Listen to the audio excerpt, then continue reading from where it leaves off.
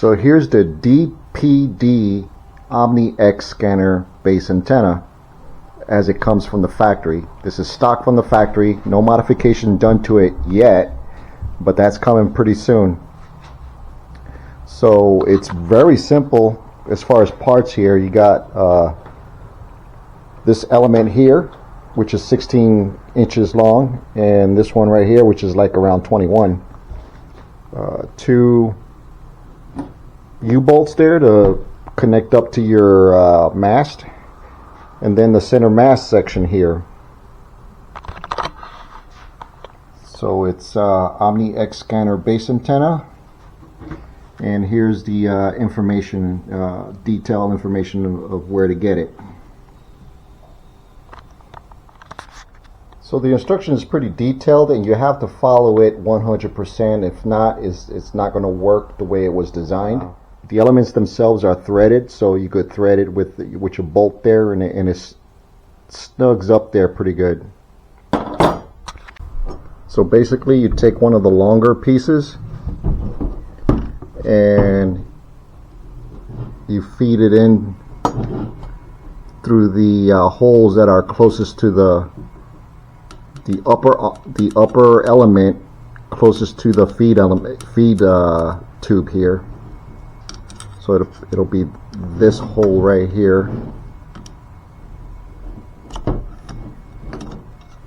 just like so, and then you feed the screw through up in here. So I provided the little washer here, the flat washer, because what they provided was like this sort of plastic tube that went into the hole.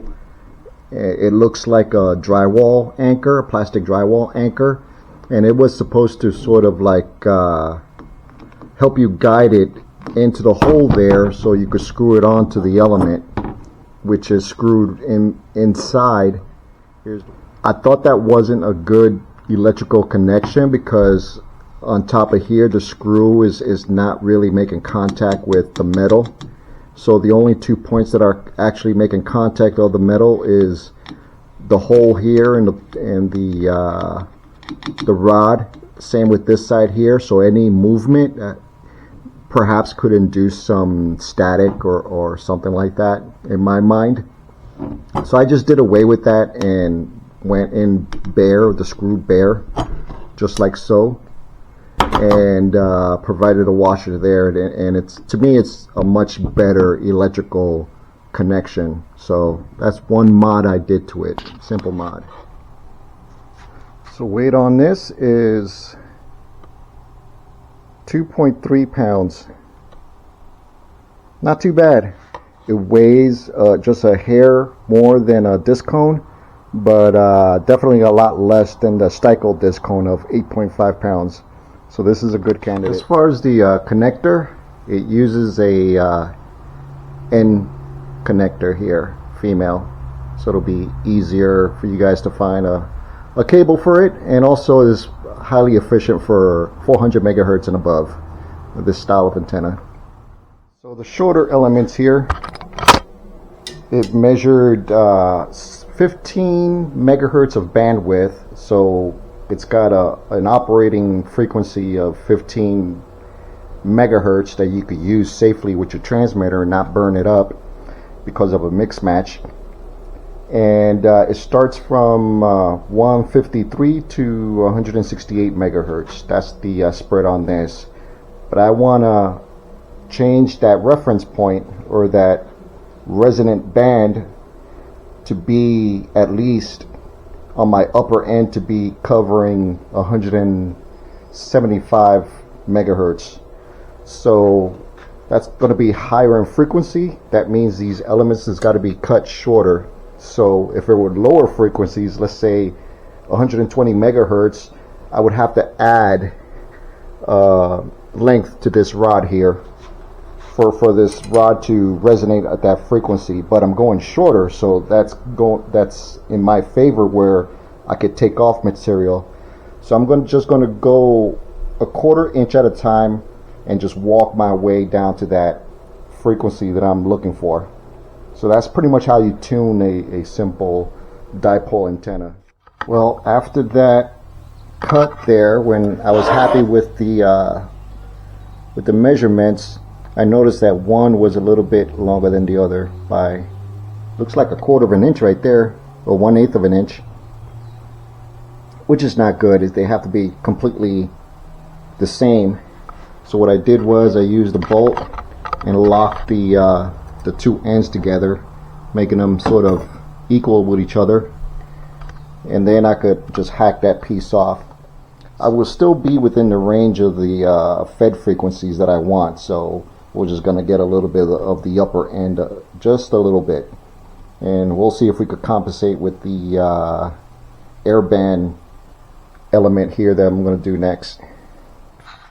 So this is my first cut, and I'm going to use my master key right there to quickly take off a 1/4 of an inch on the longer element there to bring the low frequency higher a little bit. The lower the cut, the higher the frequency it goes. That's the rule of thumb, and vice versa. So I'm going to go ahead and cut it and set it up and see what we got. And I'm going to go a 1/4 inch at a time, and just walk. So for you guys that are interested in this antenna and you want to kind of pick up where I left off or kind of replicate what I'm doing, I'm going to show you the measurements of what works for me here. So right off the bat, the shorter elements here, they're both the same length, and from the bend here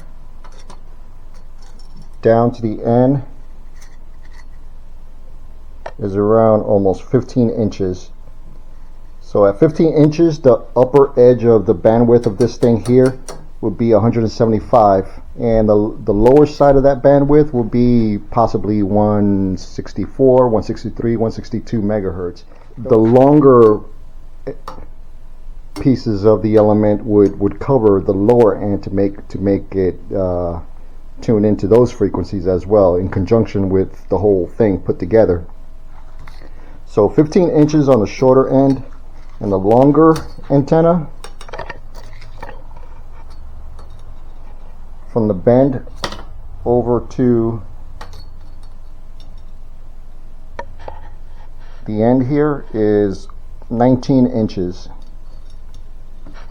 So 15 and 19 inches will get you the same results that I have. But, you know, check it out for yourself there. Don't rely on my words. That's just what's working for me with this thing. It should work for you, but you know, I'm taking that precaution there, that disclaimer, because I've done the mistake of cutting the longer piece too short. So when I started thinking about how the hell I was going to tune this thing, kind of took some common sense as far as the properties of dipoles and the length of the rods in correlation to its wavelength of the frequency that were being used.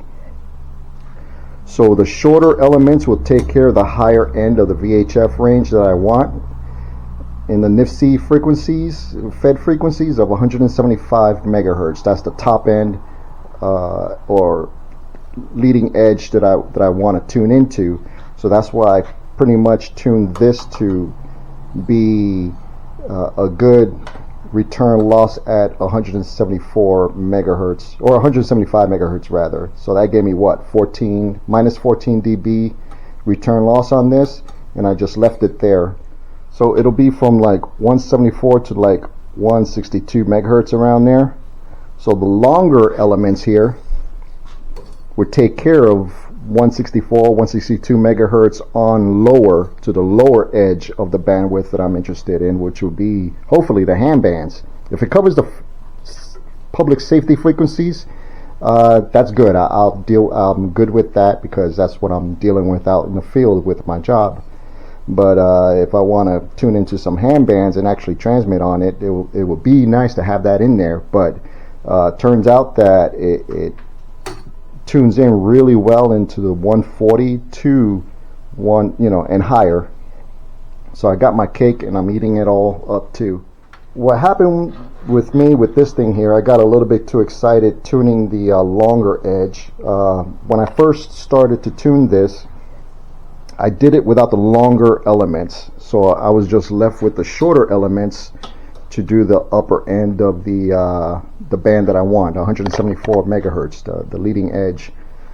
And that tuned in there pretty good, just like I would tune a vehicle or other antennas, straightforward.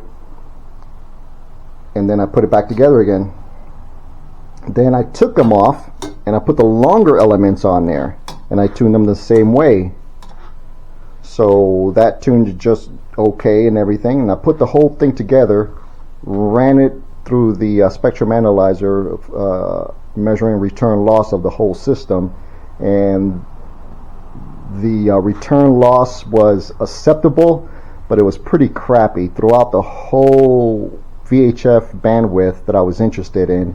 It was like a -14, -12, where normally I would see a -19, 20, 26 on the lower apex of the dip. So that was weird, and I was like, okay, I think I screwed up. This is a different animal.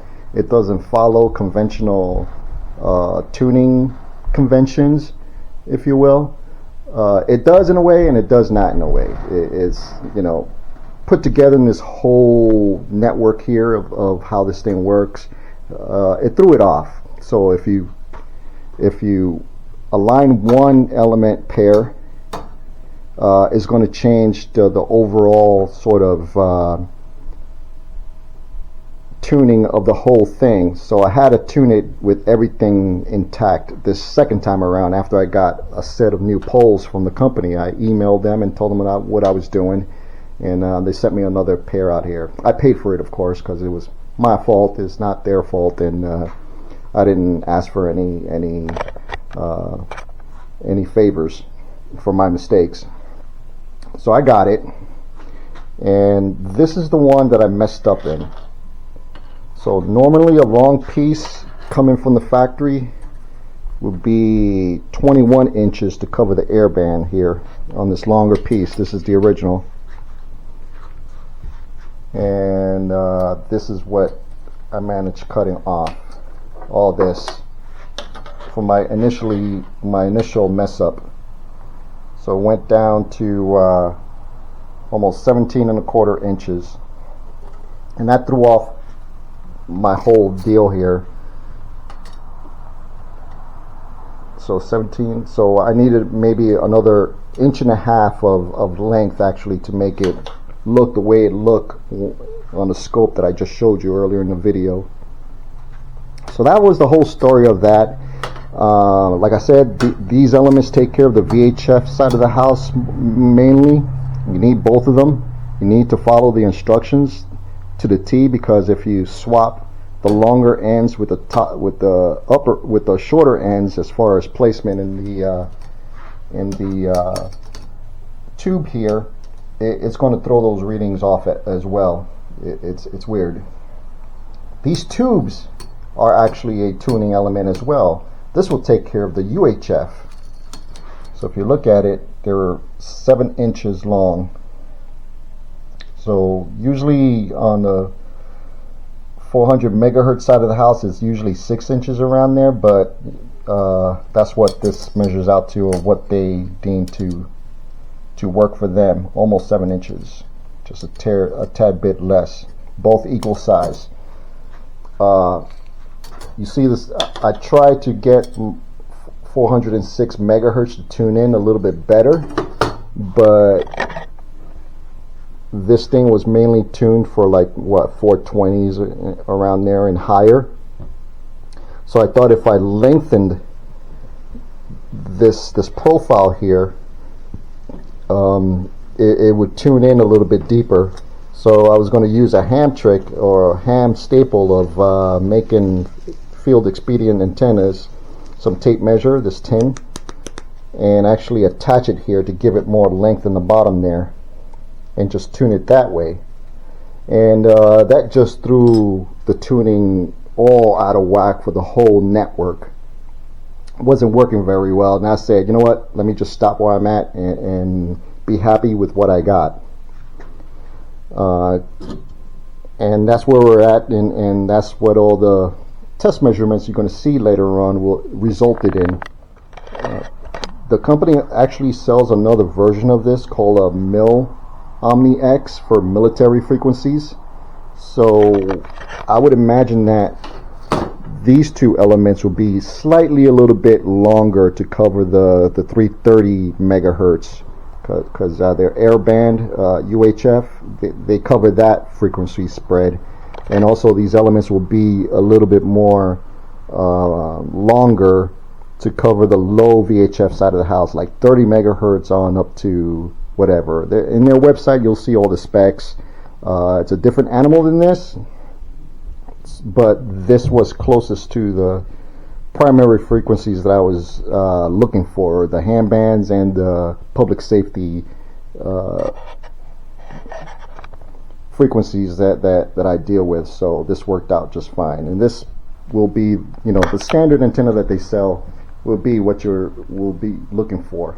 With these extra elements, I want to go ahead and experiment with maybe tuning the higher end of the VHF to like 220 or 210, just because I could possibly use that harmonic.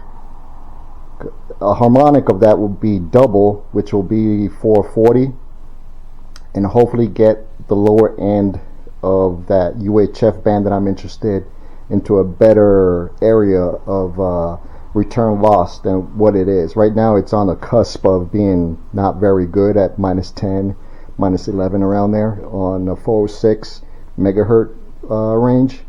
So I'm going to experiment with this and see if I could maybe walk that in a little bit closer by sacrificing the lower end of the VHF range.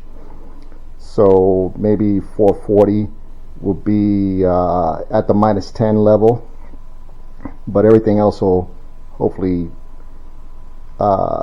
tune in just right. So that'll be later. If it's successful, I'll make a video about it, and we'll talk about it some more. So here's the full spread of two antennas. The yellow line here is the OmniX, and the green is a saved disc cone antenna, the shop antenna, the Diamond D130. So as you can see here, like from 140 marker 1 to 175, we're really good there. That spread right there. So I could do ham band all the way up to the upper VHF range of 175, around there. The upper handheld federal frequencies up there that I'm interested in. Now the yellow line is the OmniX antenna, and I did one cut on it already, and you can see where the longer element is this little dip right here, and that was tuned for the air band. So that's like what, 117 up to 130 megahertz, around there. Don't quote me on that, but it's around that area. And of course here, this is marker 1 right here. It's at a -13, and 175 megahertz is at a -7. And anything below a -10 is considered bad. Or so a -10 would be an SWR reading of 1.9 to 1 SWR, which is risky, to say the least, to transmit on those frequency here. So what I'm going to do is I'm going to cut the longer elements, the X elements rods, and also the shorter elements a little bit shorter to get the 175 megahertz within range of what I want. So this is my final cut of those frequencies. So as you can see here, I brought that longer element shorter to where right now at marker number 144 megahertz, I'm at a -16. That's really good. It's better than 12, -12, which -12 will be an SWR return loss of 1.6 SWR. and that's considered acceptable. Marker number 2, 175, my concerned frequency, the upper edge of my bandwidth, it's minus 14. That's pretty kick-ass as well. And then everything in between, this little dip here is like maybe in the 162s around there.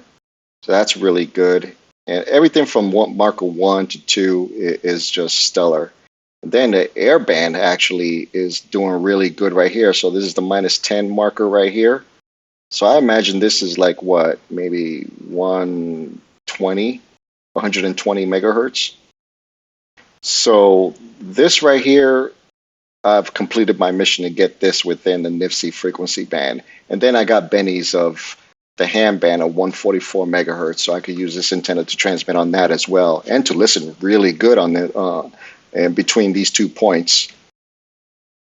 The UHF side of the house, marker 3 is my concern frequency of 406 megahertz, and then the upper end of the UHF band on public safety radio systems is 475, around there. So at a minus 10, I got at 406 megahertz, I got a minus 10.4, which is right on the line there. That's a 1.9 SWR, which is kind of risky.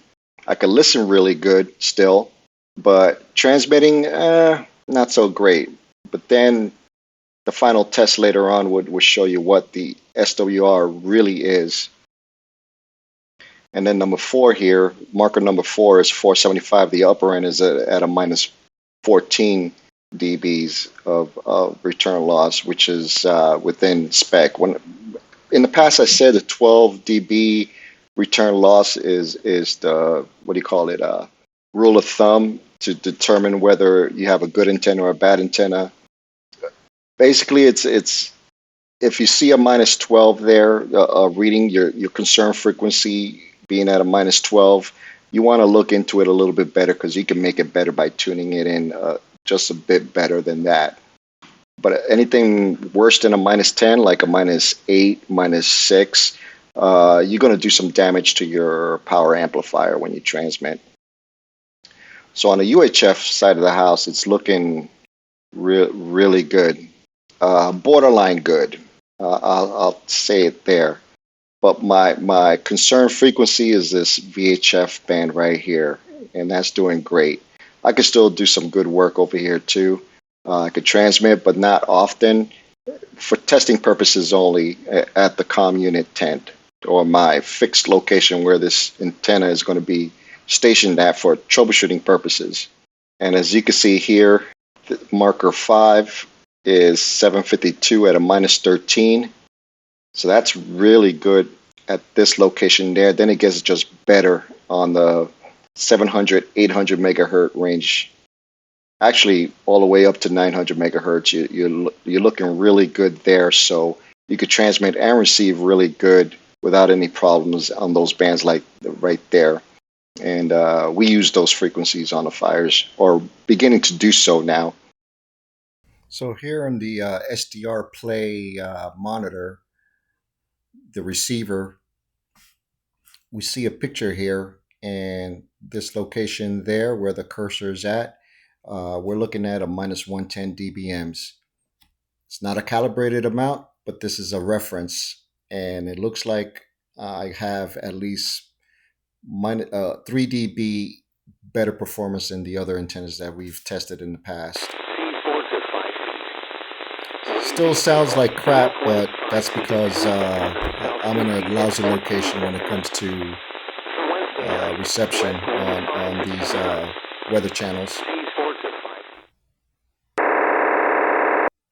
So here in that UHF control channel that we've been testing, I read a average of minus 85, a screaming minus 85 dBms on there, which is a good 2 to 3 dB better performance than the other antennas that we've tested so far. So this is the reading off the APX radio here, and we're averaging around 107 dBms. Not calibrated, but compared to the other ones, it's at least a good 2 dBs better than the other antennas on this frequency or this band so far. So let's go over to UHF real quick. And UHF, we got a screaming 87, 86 dBms, which is a good 4 dBms better than the other antennas that we have. So far it's working okay. So here I'm going to transmit with the HT through the inline watt meter, and that's going to test to see if this antenna here is actually okay or not on those frequency bands that I'm interested in. So this is your bread and butter right here, the final word. I don't rely, well, I do rely on those other test equipments to give me a snapshot of what's going on, but this is the pass fail sort of final QC, quality control.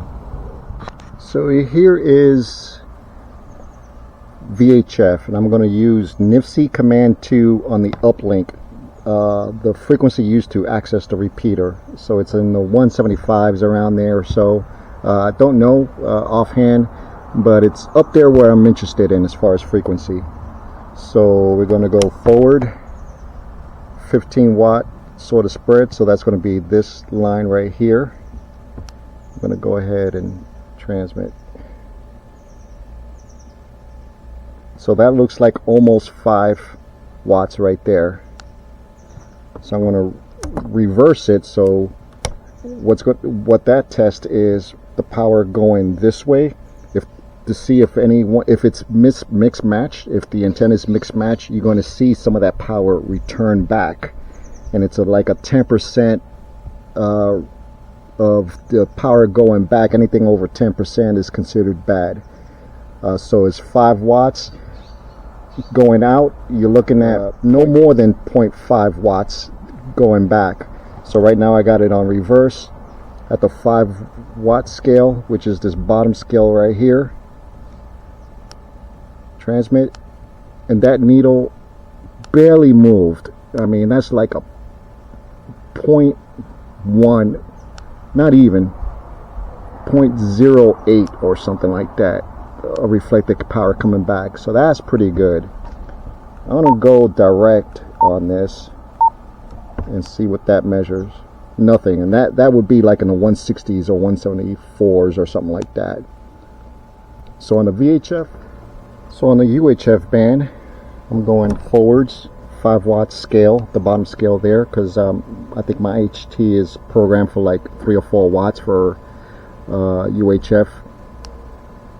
Right here we see a 3.3 right there. Go reverse, 0.2.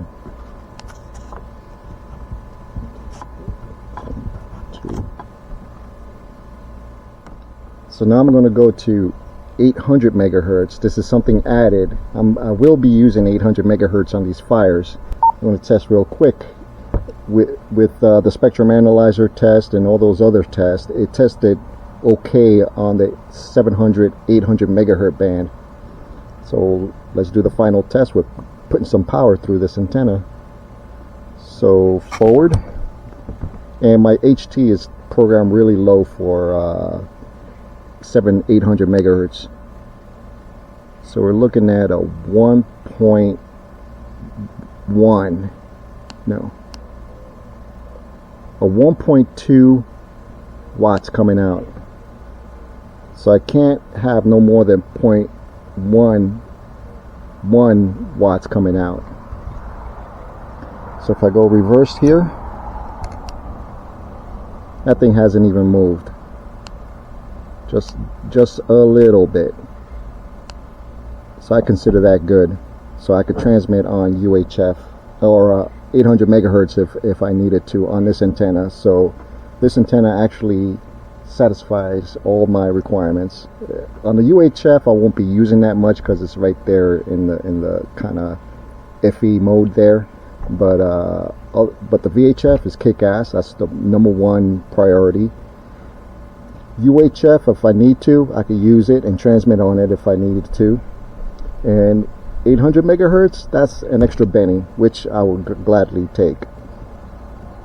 On the annotation, if you haven't noticed, I put down the SWR ratio for all you hams and other guys that like to use SWR instead of what I like to use is return loss. So the same difference, but it's a different unit of measure.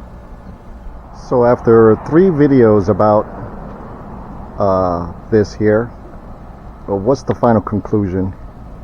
Out of all this setup here, the OmniX seems like the winner, and it's given the discone antenna, the D130 Diamond D130 antenna, a run for its money. This is the Styco one there. Totally impractical for me. I mean, setup time, the weight, poor performance for myself. Yeah, it's a waste of time. This is what would be in the kits there. So if you guys go on scene and you got, you know, like those SDR receivers and whatnot, you could use the antennas that are in the kits already, instead of going through the trouble I'm going through, unless you're a nerd like myself and you like the torture.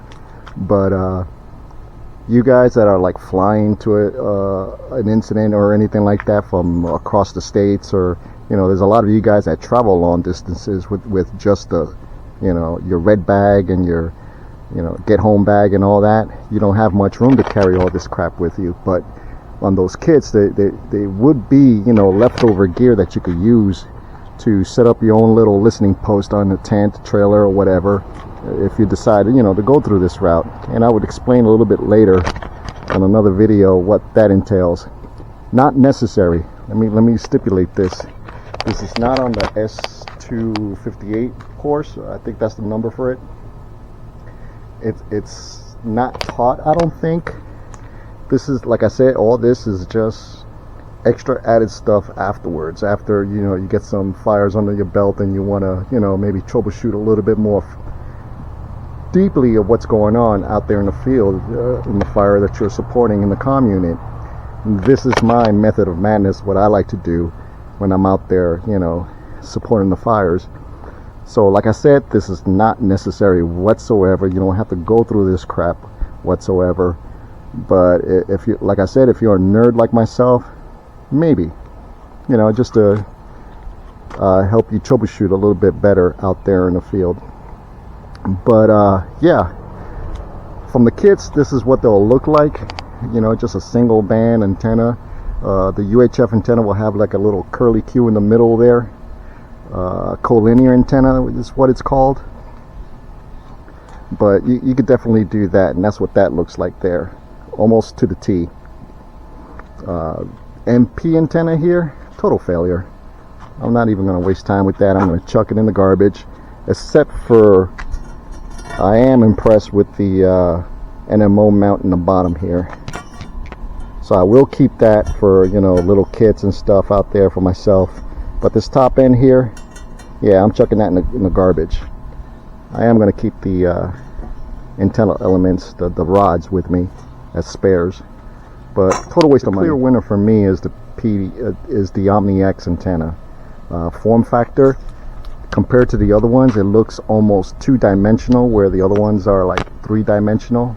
So I don't even have to take this apart to transport it in my service truck with me. I could just, you know, put it in the crevice in there in the back, and off to the races I go. Easy to transport, light at 2 pounds, not many moving parts at all. I mean, if you even want to travel with this or whatever, you can actually take the elements off and it'll be just in a small little tube or small box that you could transport this thing in. Unlike these guys here, that breaks down pretty good, but it takes you a while. That's a pain in the ass in a way. But this guy right here is ease of assembly. I'm just going to leave it the way it is, except break it down here with the pole here and transport it that way. And the reception on this is pretty good for me. I could transmit on those frequencies that I want, especially the elusive NIFC logs 1 frequency, which is 406 megahertz, where these guys couldn't tune into, especially the dual band that I have. Most dual band antennas only goes from 450 up to 475, around there. This is the only one that actually tuned down to the 406 megahertz range, which I'm interested in to monitor efficiently. Yeah, and that's the winner right there, the OmniX antenna. I think this is the first detailed look at this anywhere, except for maybe blogs and forums on the web, and it's a mixed bag of reviews on this antenna there. Some people love it and say it's the best thing, and some people say that the discone antenna beats this to the ground. But I don't think so. I think this gives it a good run for its money, and I think it's working a little bit better with a little bit of tuning on my part for what I want. Stock, that's a different story. I think the Diamond D130 is better as a stock antenna, no changes. If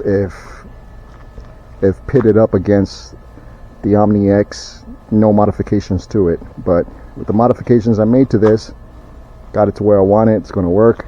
Now I have to prove it by going out to these incidents and put this thing through its paces and see what happens, and carry you guys along with me to see how this thing is doing.